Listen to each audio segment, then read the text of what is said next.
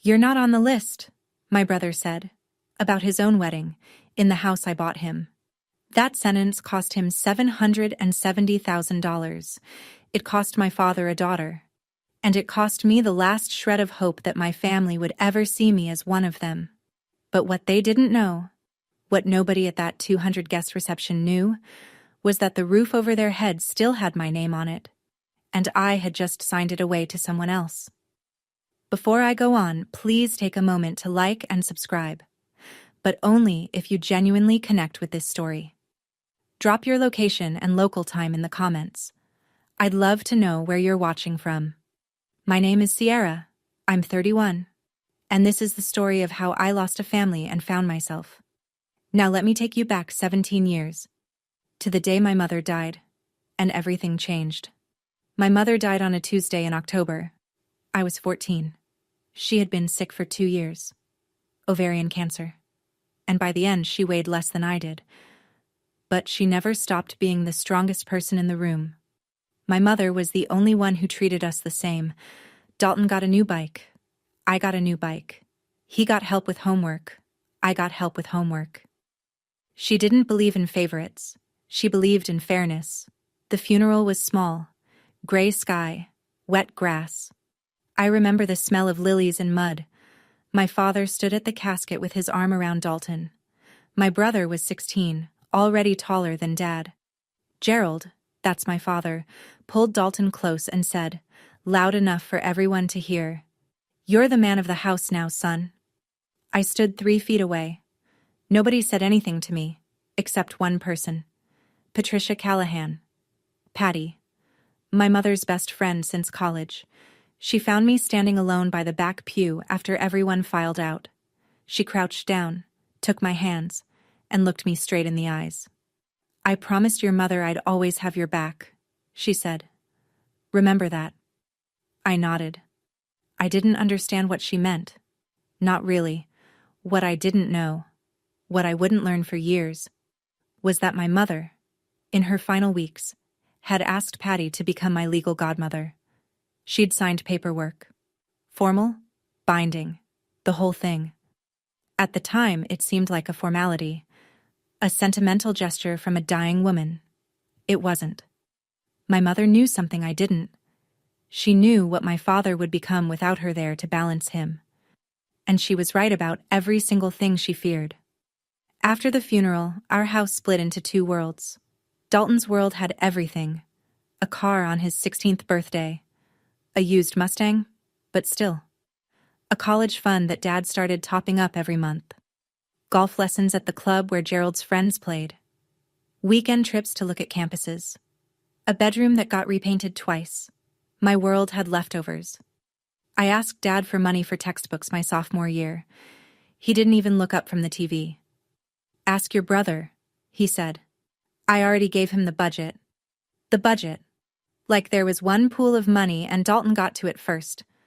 I started working at a coffee shop the week I turned 16. 4:30 a.m. shifts before school. I bought my own notebooks, my own calculator, my own winter coat when the zipper on my old one broke and nobody noticed. One night, I needed to borrow Dalton's car. I had a scholarship interview the next morning, the only shot I had at affording college. The bus didn't run early enough. I knocked on his door. "Can I borrow the car tomorrow? Just for 2 hours." He didn't look up from his phone.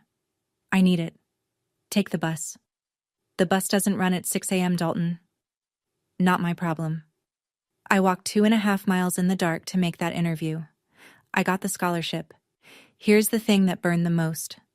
I found out later, years later, when Patty helped me pull old bank records, that my mother had set up a college fund for me too, equal to Dalton's. After she died, Gerald quietly transferred every dollar into Dalton's account. Every single dollar. He didn't even wait a full year. I graduated high school on a Saturday in June, summa cum laude, National Honor Society, a full-ride scholarship to state. Gerald took Dalton to a basketball game that afternoon. I walked across the stage alone, almost alone. When I scanned the bleachers, rows and rows of families holding flowers and balloons, I found one face, Patty. Third row, left side. She was clapping so hard her whole body shook. She had a single sunflower in her lap. That night, I packed 2 suitcases. Gerald was in the living room watching Sports Center. I walked past him with my bags and he glanced up. "You leaving?" "Yes." "Lock the door on your way out." That was it. No hug, no good luck. No, "Call me when you get there." Just lock the door. I rented a room above a laundromat in a college town 40 minutes away. I worked 2 jobs, coffee shop mornings, restaurant nights. I studied in between. I slept 4 hours on good nights. Patty offered to help me financially. She sat me down at her kitchen table with a checkbook and said, "Your mother left you something with me.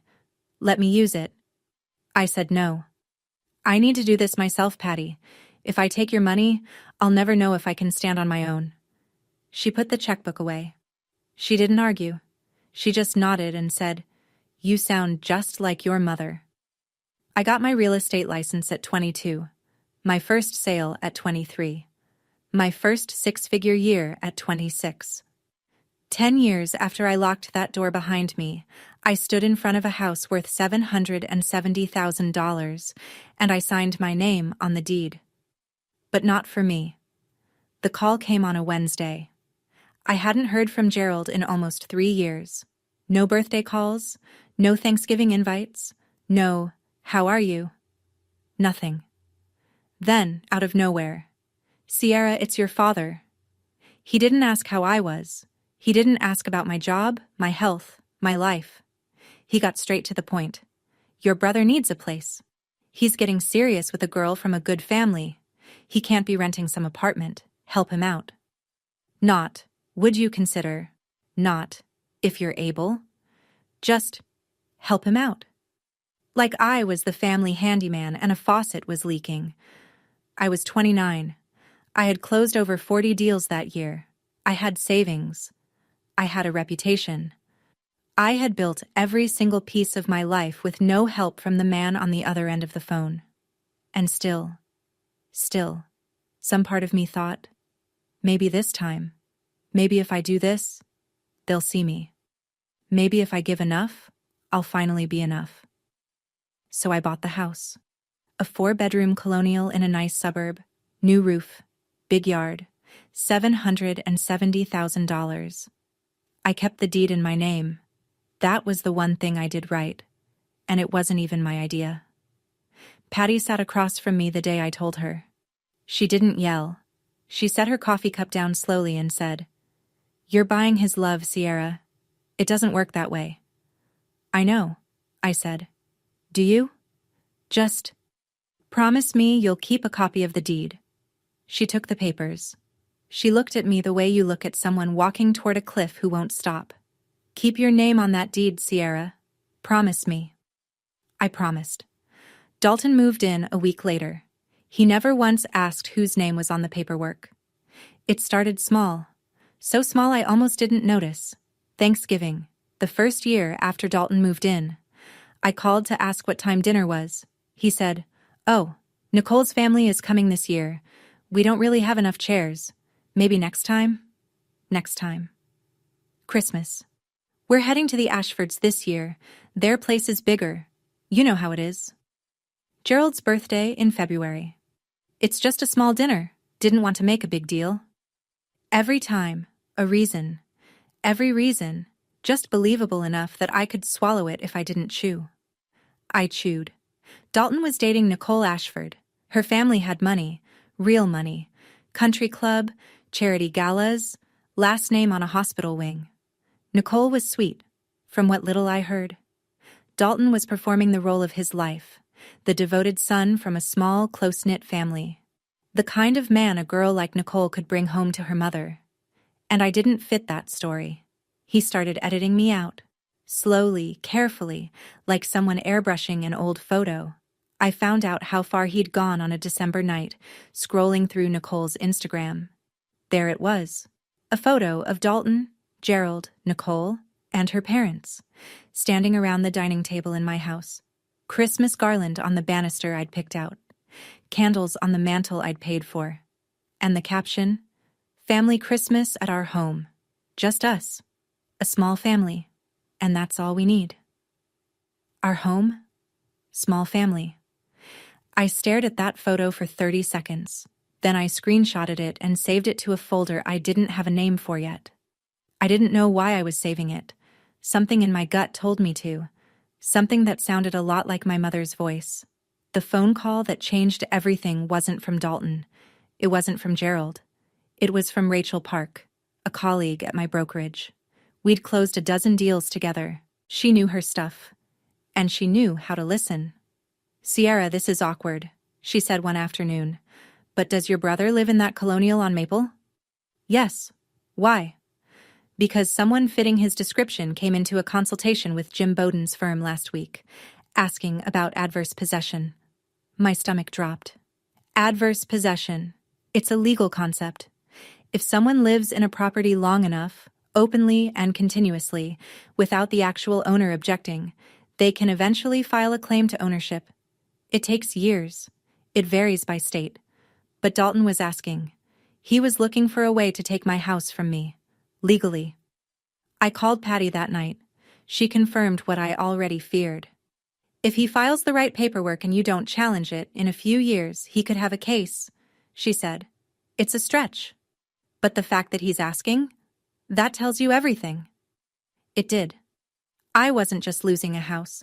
I was losing the fiction I'd built.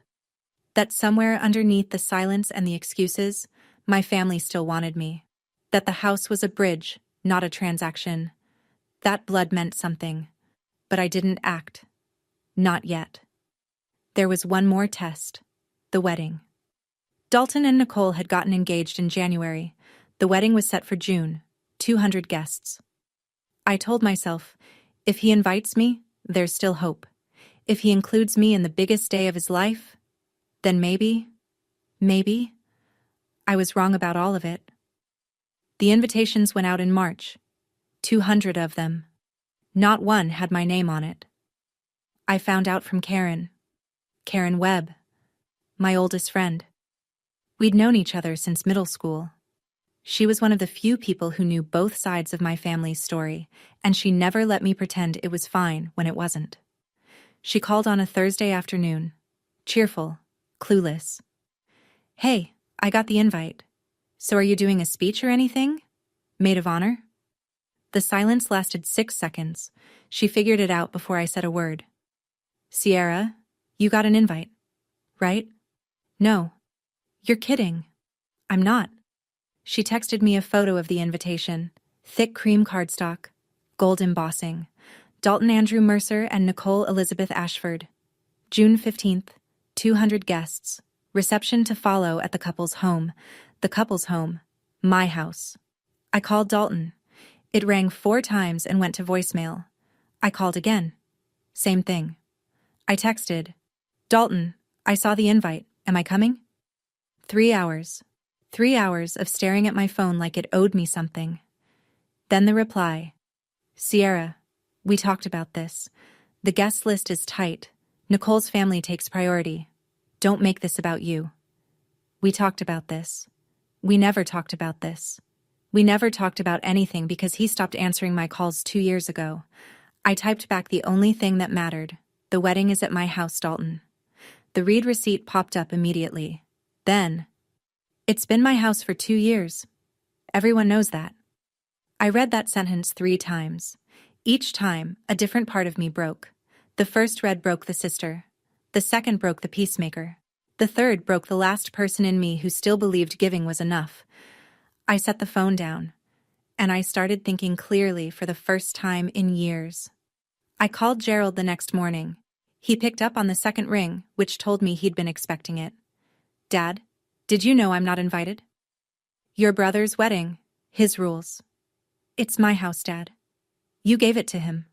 That's done." "I didn't give it. I let him live there." "Same thing." "It's not the same thing." A pause. I could hear the TV in the background. He hadn't even muted it. "Sierra, don't start. You always do this." "Do what, Dad?" "Make everything a drama. Just let your brother be happy for once." For once. As if Dalton had ever been denied a single thing in his life. as if happiness was a pie and there was only one slice and it had Dalton's name on it. "What about me?" I said. The silence stretched long enough for me to hear the play-by-play of whatever game he was watching. Then, quietly, almost gently, which made it worse. "You'll be fine. You always are." He hung up. I sat on my kitchen floor for a long time after that, not crying, just sitting, holding the phone in my lap like a dead thing. "You'll be fine. You always are." He said it like it was a compliment. Like my ability to survive everything they threw at me was a feature, not a scar. Like the fact that I always landed on my feet meant it was okay to keep pushing me off the ledge. That sentence, 6 words, was the cruelest thing my father ever said to me. Not because it was angry, because it was calm, because he believed it, because in his mind it was permission. Permission to never show up for me again. And he never did. I did something I'm not proud of. I wrote Dalton a long message, not angry, not begging, just honest. I told him everything. Every holiday I missed, every call he didn't return, every time I made an excuse for him because the truth was too heavy. I told him about the college fund Dad took from me. I told him I bought that house because I thought it would bring us closer. I asked him one question. "Do you actually want me out of your life, or have you just been too comfortable to notice I'm still here?" He read it. The little checkmark turned blue. He didn't reply. 2 days later, my phone buzzed. A number I didn't recognize. "Hi, Sierra, this is Nicole." My chest tightened. "Dalton told me you've been pressuring him about the wedding. I understand you feel left out, but this is our day. Please respect our wishes." Then, a second message. "We appreciate the house, but don't use it as leverage." I read that twice. Don't use it as leverage. Dalton hadn't just excluded me, he'd built a story. In his version, I was the difficult sister. The one who couldn't let go. The one who dangled money to control people. He'd flipped it. Turned me from the person who gave everything into the person who used everything, and Nicole believed him. Why wouldn't she? She'd never met me. She didn't even know I existed until I became a problem. I put my phone on the counter. I stared at the ceiling. I didn't cry. For the first time in my life, I didn't cry. Something shifted behind my ribs. Not anger, not sadness. Something colder, quieter. Something that felt like the lock clicking shut on a door I'd been holding open for 17 years. I opened my laptop. I looked up Russell Tate's phone number. Patty didn't say, "I told you so." I called her at 9 that night. I told her everything. The invitation, the texts, Gerald's 6 words, Nicole's message. I told her what Dalton had been telling people. I told her about the adverse possession inquiry. I said the thing I'd been afraid to say out loud. "I think I've been a fool, Patty." She was quiet for a moment. Then, "You weren't a fool. You were a daughter who loved her family. That's not weakness, Sierra. That's who your mother raised." I pressed my fist against my mouth to keep steady. "The deed," she said. "It's still in your name?" "Yes." "Good. That's the only thing that matters right now." The next morning, I sat across from Russell Tate in his downtown office. He was Patty's former colleague, mid-50s, reading glasses on a chain, the kind of lawyer who speaks like he's billing by the syllable but means everyone. He reviewed the documents for 20 minutes. Deed, property records, tax filings, all in my name. No lease agreement with Dalton, no rental contract, no written permission of any kind. Russell looked up. "Who's been paying the property taxes?" "I have, every year." "Mortgage?" "Paid in full at closing. It's mine, free and clear." He took off his glasses. "Ms. Mercer, your brother has no legal claim to this property. No lease, no contract, no equitable interest. Legally, he's a guest in your house, nothing more." A guest. Dalton had been living in a $700,000 home, throwing Christmas parties and planning his wedding there, telling everyone it was his. And legally, he was a guest. I asked Russell one question. "If I sell it, can he stop me?" "No." That word sat in the room like a stone dropped into still water. Karen called me 2 days later with something that knocked the wind out of me. "I need to tell you something," she said. "I was at the engagement party last month, the one at the Ashfords Club. I hadn't been invited to that either, obviously. Dalton gave a toast. He thanked Gerald, called him my only family. And when Nicole's uncle asked if he had siblings, Karen paused. He said, 'Just me, only child.' I closed my eyes. 'Sierra, are you there?' 'I'm here.' That night, I did something I hadn't done before. I went through everything. Nicole's social media, Dalton's, every photo, every tag, every comment from the past 2 years. Nicole's feed. Vacations with Dalton, dinners with Gerald, holidays at the house. Not a single photo of me, not one mention. Dalton's feed. He'd gone back and deleted, or cropped, every old family photo that included me. Birthday parties, Thanksgivings, even our mother's memorial service. In every image, I was simply gone, like I'd been cut out with scissors. Then I found the post that made my hands shake. Nicole, 6 months ago. A photo of Gerald at the dining table laughing, wine glass raised. The caption, "So grateful for Dalton's dad Gerald, the sweetest father-in-law. Just us, a small family, and that's all we need." But the post that shattered me was older. Dalton, responding to a comment under a photo of the house. Someone had written, "Beautiful place. How'd you swing it?" And Dalton replied, "Dad helped us out. Family takes care of family. Dad helped us out." He credited Gerald for my house, and Gerald let him. I screenshotted everything, saved it all, closed my laptop. He didn't just cut me out. He rewrote the story. And in his version, I never existed. I sat in my apartment for a long time that night. The lights were off, just the glow of the street lamp through the window and a framed photo of my mother on the shelf by the door. She was 31 in that photo, my age now, holding me as a baby, smiling like the world made sense. I thought about what she would say if she could see this. All of it. The house, the silence, the cropped photos, the lies. And I heard her voice. Not literally, but the way you hear someone you've loved so deeply that their words live inside your bones. "Don't let anyone tell you you're not worthy." I picked up the phone. I called Russell. "List the house." A pause. "You're sure?" "Once it's done, it's done." "I'm sure." It took 3 weeks. Russell found a buyer, a young family relocating from out of state. They loved the house. They offered full asking price, no contingencies. Clean deal. Closing date, June 14th. 1 day before the wedding. I signed the papers in Russell's office on a Tuesday afternoon. The house changed hands at 4:17 p.m. It was no longer mine, which meant it was no longer Dalton's to stand in. Russell prepared the notice to vacate. 30 days. Standard. Completely legal. I chose the delivery date, June 15th, the morning of the wedding. Patty sat with me that evening. She didn't say much. She just poured 2 glasses of wine and waited.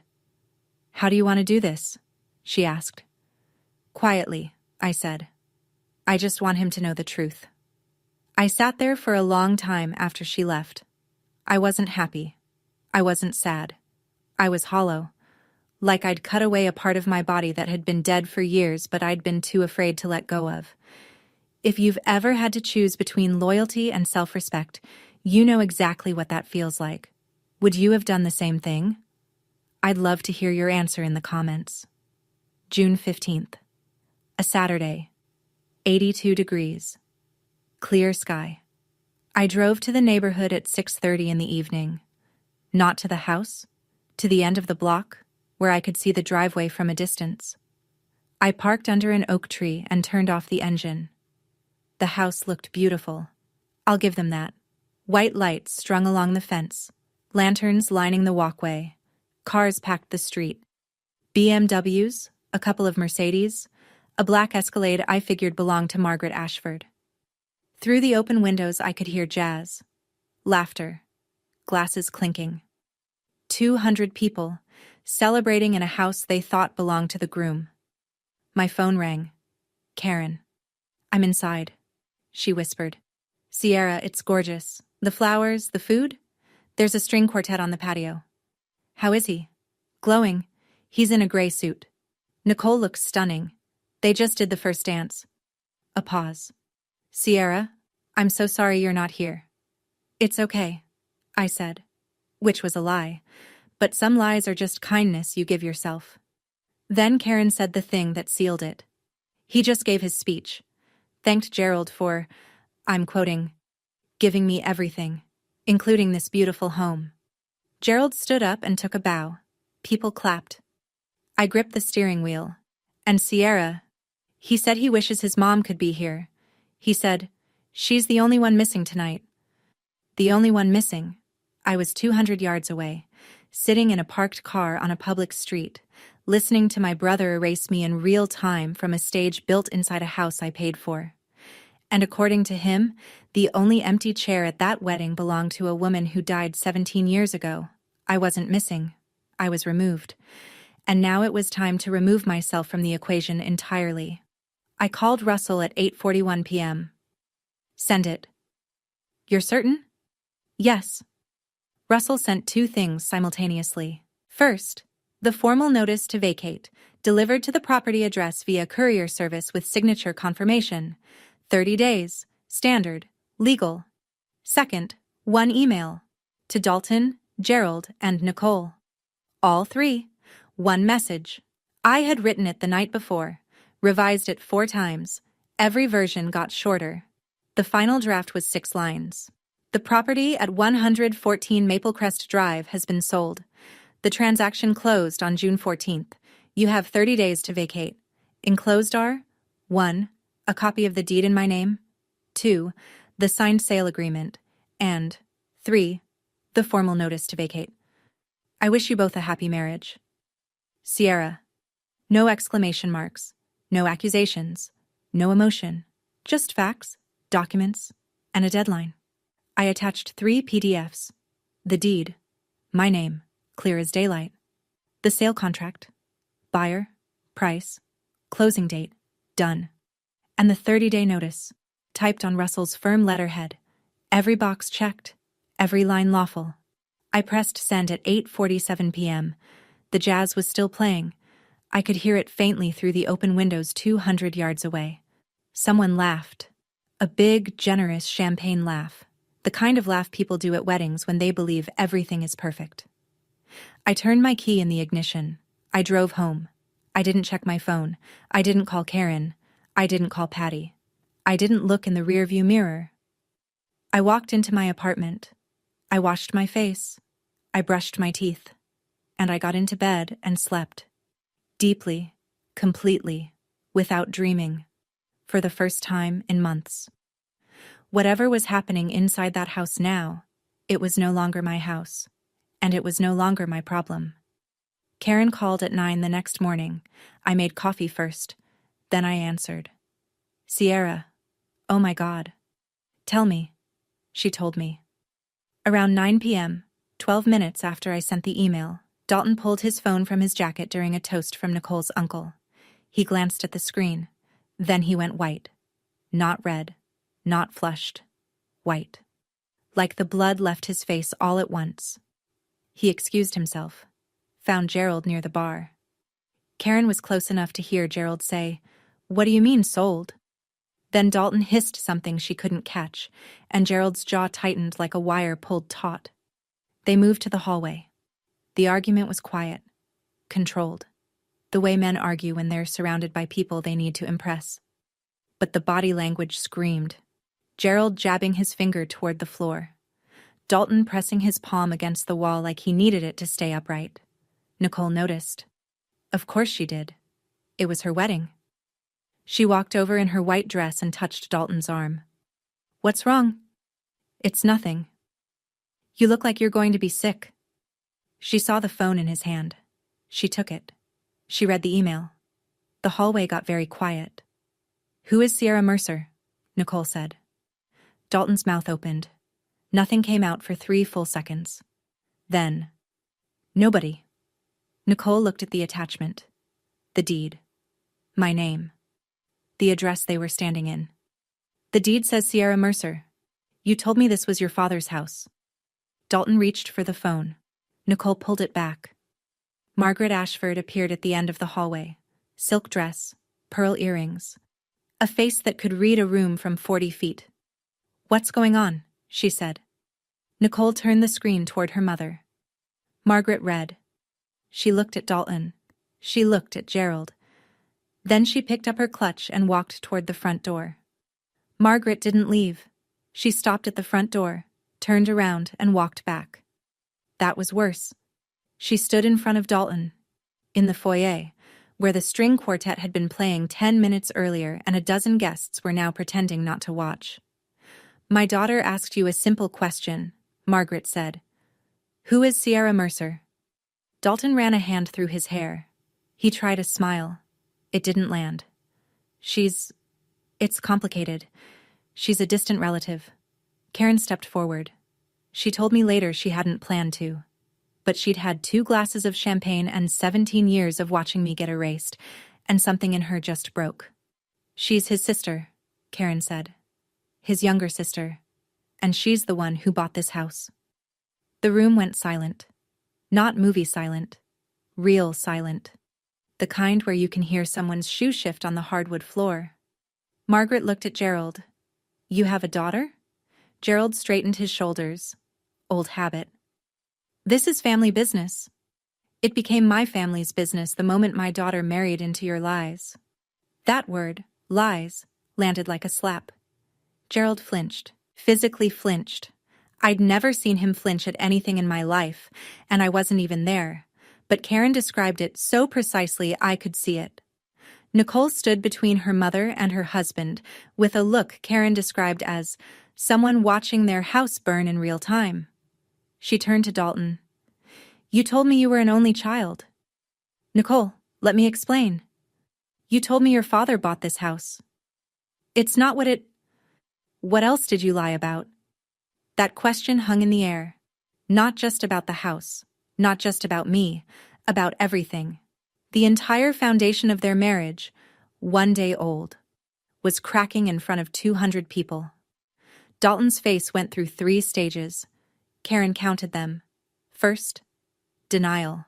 He pointed at Karen like she'd set off a fire alarm. Karen doesn't know what she's talking about. She's Sierra's friend. She's biased. Karen didn't flinch. I went to high school with both of you, Dalton. I was at your mother's funeral. I watched you eat dinner at Sierra's table for 16 years.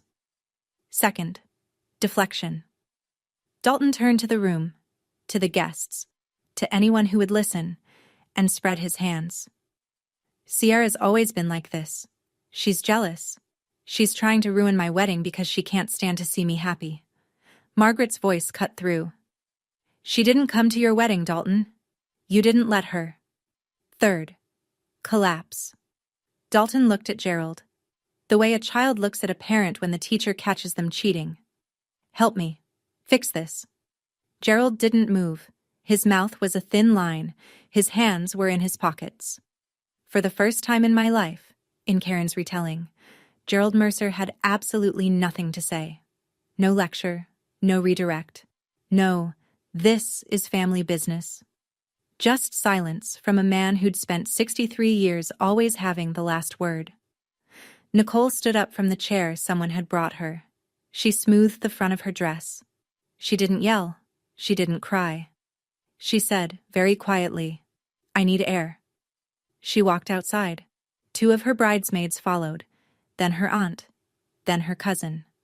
Then Margaret, who paused at the door and looked back at Gerald with an expression Karen described as the end of something.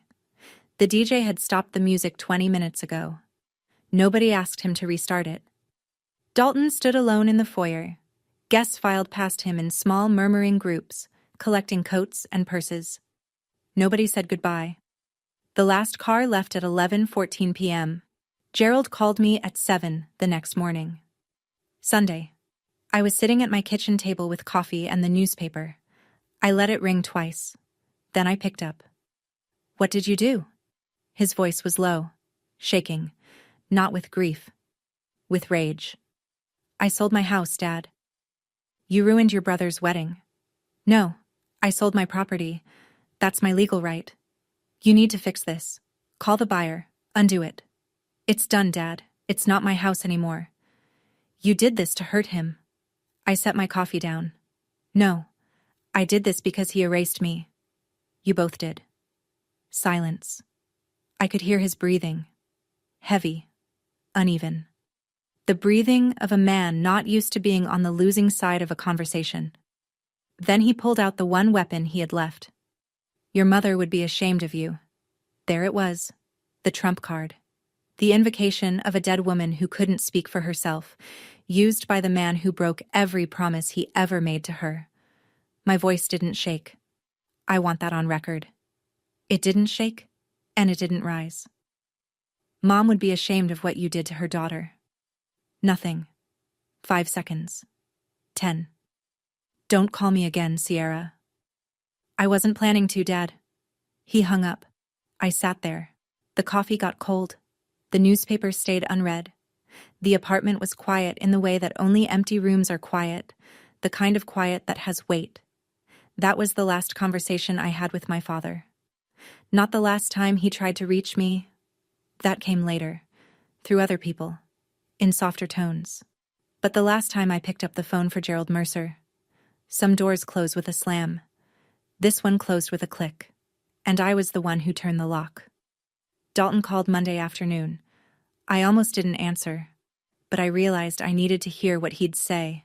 Not for hope. Not anymore. For closure. You can't do this.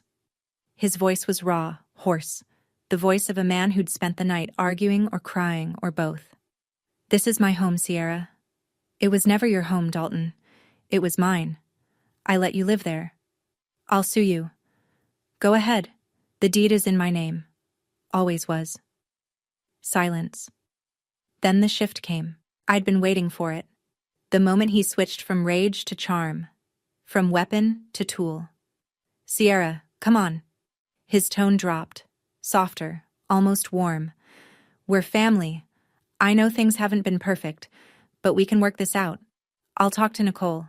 We'll have you over for dinner. We can... You told your wife I don't exist. The sentence sat between us like a wall. I can explain. You don't need to. I understand perfectly. Sierra, please. Nicole's furious. Her mom won't return my calls. If you could just... Just what? Fix it for you? Like I've always done? He didn't answer. You have 30 days. That's the law. I suggest you use them. Where are we supposed to go? That's not my problem anymore, Dalton. Another pause. Then quietly, and this was the part that almost got to me. I'm sorry. 2 words. 17 years late. Sorry for what? I asked. And he couldn't answer. He literally couldn't name the thing he was sorry for. Because naming it would mean admitting it happened, and admitting it happened would mean he wasn't the victim. Goodbye, Dalton. I hung up. My hand was steady. My chest hurt. But my hand was steady, and that mattered more. Russell called Wednesday morning to confirm what I already knew. Sale is fully recorded, title transferred, funds deposited into your account. A pause. It's done, Sierra. Clean and legal. Clean and legal. 3 words that somehow felt heavier than the $770,000 sitting in my bank account. Dalton hired a lawyer. Of course he did. Gerald probably paid for it. But it didn't matter. Russell told me later, secondhand, through a colleague, that Dalton's attorney reviewed the documents for about 15 minutes before delivering the verdict. You don't have a case. She owned the property. There was no lease, no rental agreement, no written arrangement of any kind. You have no legal standing.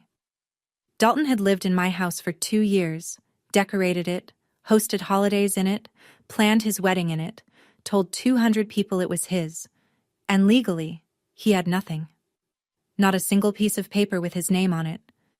Because he never thought to ask. Because it never occurred to him that the sister he'd erased might one day need proof that she existed. He had 30 days to move out. Him and Nicole. Newlyweds. Packing boxes. Nicole didn't file for divorce. I was glad about that. Not for Dalton's sake, but because I didn't want to be the grenade that destroyed a marriage. What I wanted was the truth on the table. What happened after that was between them. But Nicole had conditions. Karen heard it through the grapevine. Couples therapy, full financial transparency, and a conversation with me. The last one was up to me. Nicole reached out through Karen. "Tell her I appreciate the offer," I said. "But not yet. Maybe not ever. That's my choice." It was the first time in my life I'd made a decision about my family without wondering if they'd approve. It felt like breathing after holding my breath for 17 years. Here's the thing about 200 witnesses. You can't put the truth back in the bottle. Within a week, the story had traveled through every circle Dalton and Gerald had spent years carefully curating. The country club, the neighborhood, Gerald's golf foursome, Nicole's sorority sisters, Dalton's co-workers. The version varied depending on who told it, but the bones were always the same. The groom's sister bought him a house, got erased from the family, and sold the house on the wedding day. Every retelling ended the same way: a low whistle or a slow shake of the head. Margaret Ashford told her book club. Karen confirmed this. Margaret's exact words. Reportedly, "If he lied about having a sister, what else is he hiding?" That sentence traveled through the Ashford social circle like a brush fire. By the end of the month, Dalton had gone from great catch to the one Margaret's daughter should have vetted. Gerald took it hardest in public. His golf friends, men he'd known for decades, started asking questions he couldn't answer. One of them, a retired judge named Walter, said it to his face over lunch. "You froze out your own daughter, Jerry? The one who bought the boy his house?" Gerald left the restaurant before the check came. Karen heard that story third hand. But I believe it, because Gerald's entire identity was built on being a respectable man, a good father, a provider. And now the people he respected most were looking at him and seeing someone else. Dalton and Nicole moved into a 2-bedroom apartment across town. No yard, no string lights, no patio for a string quartet. The house on Maple Crest Drive, my house once, now belonged to the Brennan family. Young couple, 2 kids. They repainted the front door red. I drove by once. Just once. The red looked nice. Patty told me about it a week later. She'd asked Gerald to meet her at a coffee shop downtown. Public place. Neutral ground. He came, which surprised her. He looked older, Patty said. Like 10 years had hit him in 10 days. She didn't ease into it. Patty never did. "Linda asked me to watch over Sierra. You know why? Because she knew you wouldn't." Gerald's hand tightened around his coffee cup. "Don't bring Linda into this. Linda is in this. She was always in this. She saw what you were doing before she died. She told me." "She told you what?" "That you'd already picked Dalton. That you'd already decided Sierra was second. She made me promise. Not just to watch over that girl, but to be ready. Because she knew." Gerald stared at the table. Patty said his jaw was working, the muscles moving like he was chewing words he couldn't swallow. "She didn't ask me to be Sierra's godmother because of tradition, Gerald. She asked me because she was afraid of what you'd do to that girl when she wasn't there to protect her." She paused. And she was right. Gerald stood up. He didn't push the chair back, he just rose, like a man leaving a church pew. He put a 20 on the table. He walked out without turning around. Patty called me that evening. Her voice was steady but soft, the way it gets when she's been carrying something heavy and finally sets it down. "I said what your mother would have said. The rest is up to him." I held the phone against my ear for a long time after we hung up. My mother had been dead for 17 years, and she was still protecting me. Some people leave instructions. My mother left a shield. People always ask about the money. $770,000 is a lot of money. They want to know if I kept it, if I spent it, if it felt like winning. It didn't feel like winning. It felt like a refund. I paid off my remaining student loans. The ones I'd taken out because my college fund was drained before I ever saw $1 of it. That felt right. That felt like closing a circle. Then I sat down with Patty and Russell and we built something. The Linda Mercer Foundation, a scholarship fund for young women who lost their mothers early and were trying to make it on their own. Not just college tuition, but licensing fees, certification costs, first month rent deposits. The practical things that nobody thinks about when they say, just work hard and you'll be fine. I didn't name it after myself. I named it after the woman who saw 17 years into the future and made a plan to protect a daughter she wouldn't live to raise. Patty handled the legal setup. Russell did the paperwork. I funded it with 1/3 of the sale proceeds. Not a press release, not a gala, not a social media post. Just a form, a bank account, and a mission. With what remained, I bought a house. A small one, 2 bedrooms, a porch, a kitchen window that faces east so the morning light comes in while I drink my coffee. The deed is in my name. Only my name. The day I moved in, I unpacked one box before anything else. Inside was the framed photo of my mother. The one where she's 31, holding me, smiling. I set it on the shelf by the front door. So she's the first thing I see when I come home. This time, I said to the empty room, I bought a house for myself. 3 months passed. Dalton and Nicole stayed together. I heard through Karen that Nicole had laid down her terms, therapy every week, no exceptions, full financial disclosure, every account, every debt, every dollar. And an honest conversation about his family. All of it. No edits. Dalton agreed. Whether he followed through or not wasn't my concern anymore. He sent me a letter, handwritten, which surprised me. 2 pages. The handwriting was messy. The kind that comes from writing fast because you're afraid you'll lose your nerve. He didn't apologize. Not exactly. He said, I know I messed up.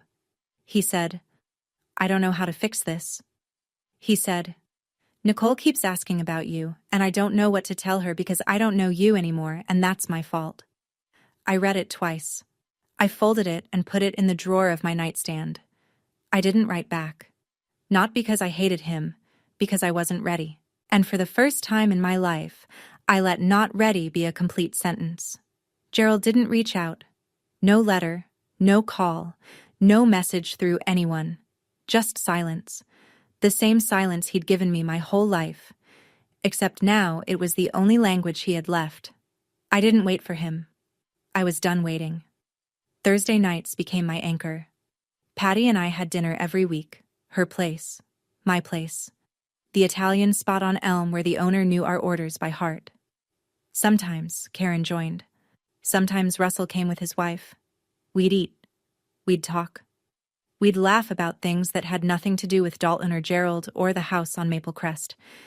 This was my family now. Not the one I was born into. The one I built.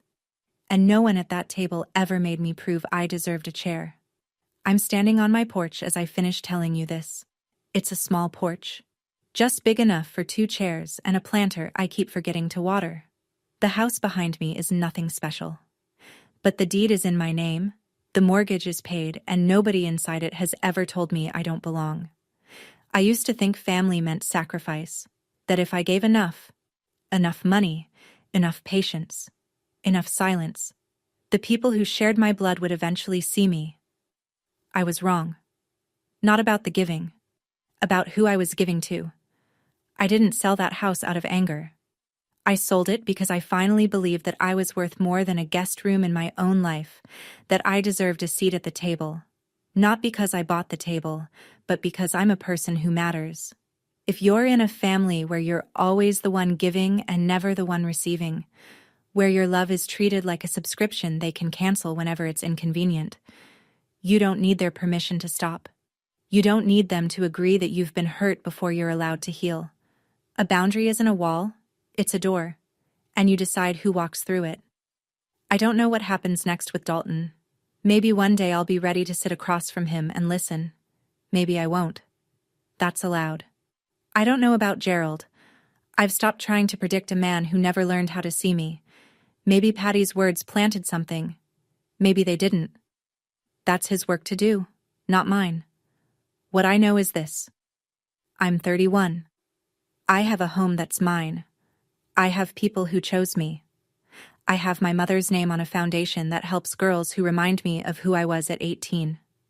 Alone. Broke. But not broken. If you've ever had to choose between keeping a family and keeping yourself, I want to hear your story. Tell me in the comments. I'll be reading. Thank you for staying with me through this whole story. If it touched something in you, hit that like button and subscribe. Not because I asked, but because maybe someone you know needs to hear this too. Share it with them. And if you're ready for another story about standing your ground and finding where you truly belong, there's a link in the description waiting for you. I'll meet you there. Take care of yourselves. And remember, you were never too much. They were just offering too little. I'll see you in the next one.